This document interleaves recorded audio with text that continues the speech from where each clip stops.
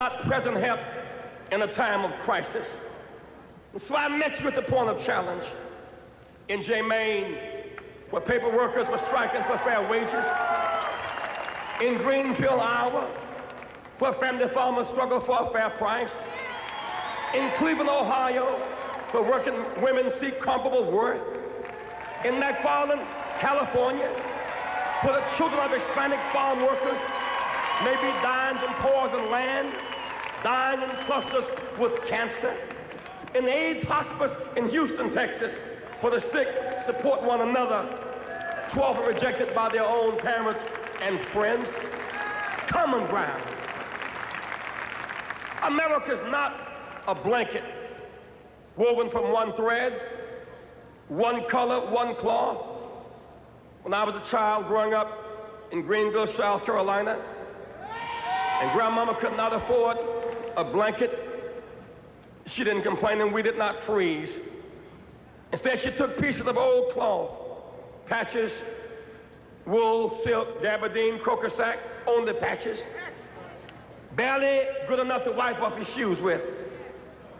But they didn't stay that way very long. With sturdy hands and a strong cord, she sewed them together into a quilt, a thing of beauty and power and culture. Now, Democrats, we must build such a quilt. Farmers, you seek fair prices and you're right, but you cannot stand alone. Your patch is not big enough. Workers, you fight for fair wages, you're right, but your patch labor is not big enough. Women, you seek comparable worth and pay equity, you're right, but your patch is not big enough. Women, mothers who seek Head Start and daycare and prenatal care on the front side of life, rather than jail care and welfare on the back side of life, you're right, but your patch is not big enough. Students, you seek scholarships, you're right, but your patch is not big enough.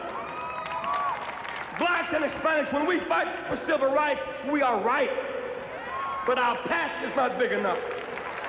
Gays and lesbians, when you fight against discrimination and a cure for AIDS, you are right, but your patch is not big enough. Conservatives and progressives, when you fight for what you believe, right wing, left wing, hawk, dove, you are right. From your point of view, but your point of view is not enough. But don't despair. Be as wise as my grandmama. Pull the patches and the pieces together, bound by a common thread.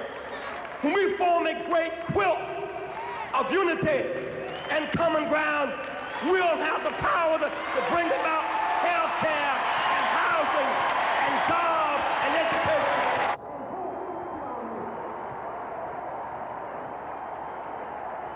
We the people can win.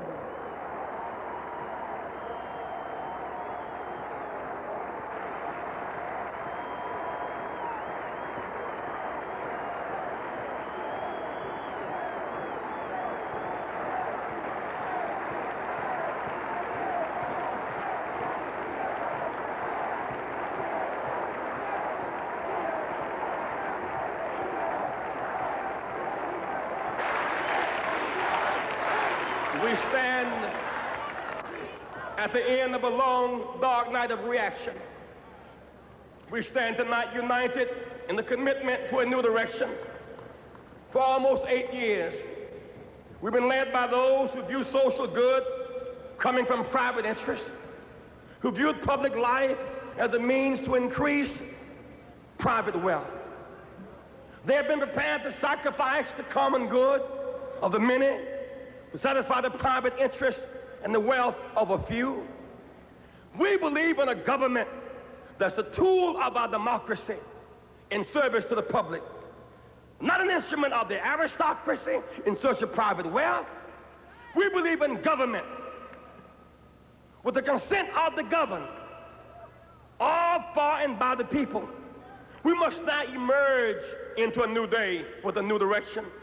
Reaganomics, based on the belief that the rich had too much money, too little money, and the poor had too much. That's classic Reaganomics. It believed that the poor had too much money and the rich had too little money. So they engaged in reverse Robin Hood, took from the poor, gave the rich, paid for by the middle class. We cannot stand 4 more years of Reaganomics in any version, in any disguise.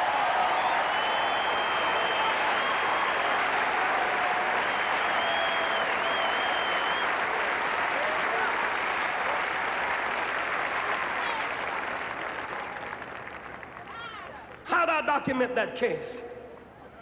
7 years later, the richest 1% of our society pays 20% less in taxes. The poorest 10% pay 20% more. Reaganomics. Reagan gave the rich and the powerful a multi-billion-dollar party. Now the party is over. He expects the people to pay for the damage. I take this principal position, Convention. Let us not raise taxes on the poor and the middle class, but those who had the party, the rich and the powerful, must pay for the party.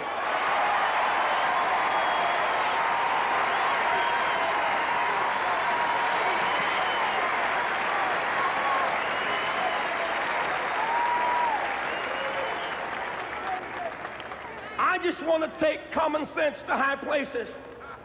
We're spending $150 billion a year defending Europe and Japan 43 years after the war is over.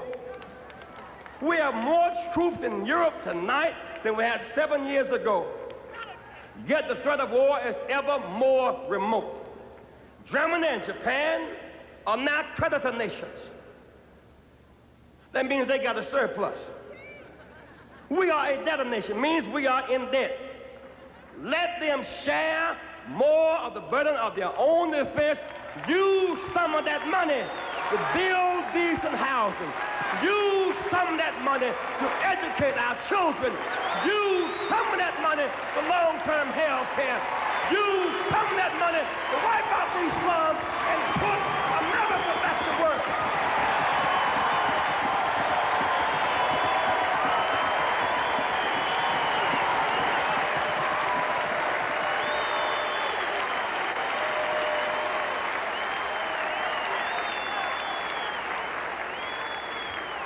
I just want to take common sense to high places.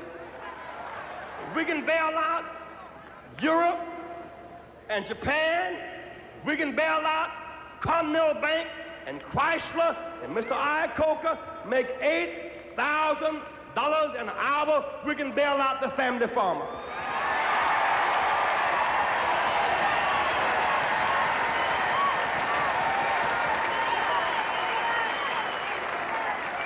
I just want to make common sense.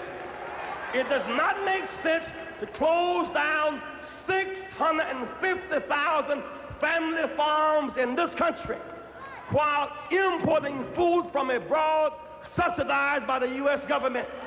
Let's make sense. It does not make sense to be escorting oil tankers up and down the Persian Gulf, paying $2.50 for every $1 worth of oil we bring out, while oil wells are capped in Texas, Oklahoma, and Louisiana. I just want to make sense.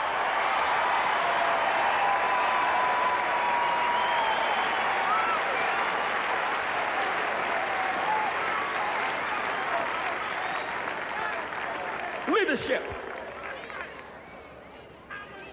must meet the moral challenge of its day. What's the moral challenge of our day? We have public accommodations. We have the right to vote. We have open housing. What's the fundamental challenge of our day? It is to end economic violence. Plant closing without notice, economic violence. Even the greedy do not profit long from greed, economic violence. Most poor people are not lazy.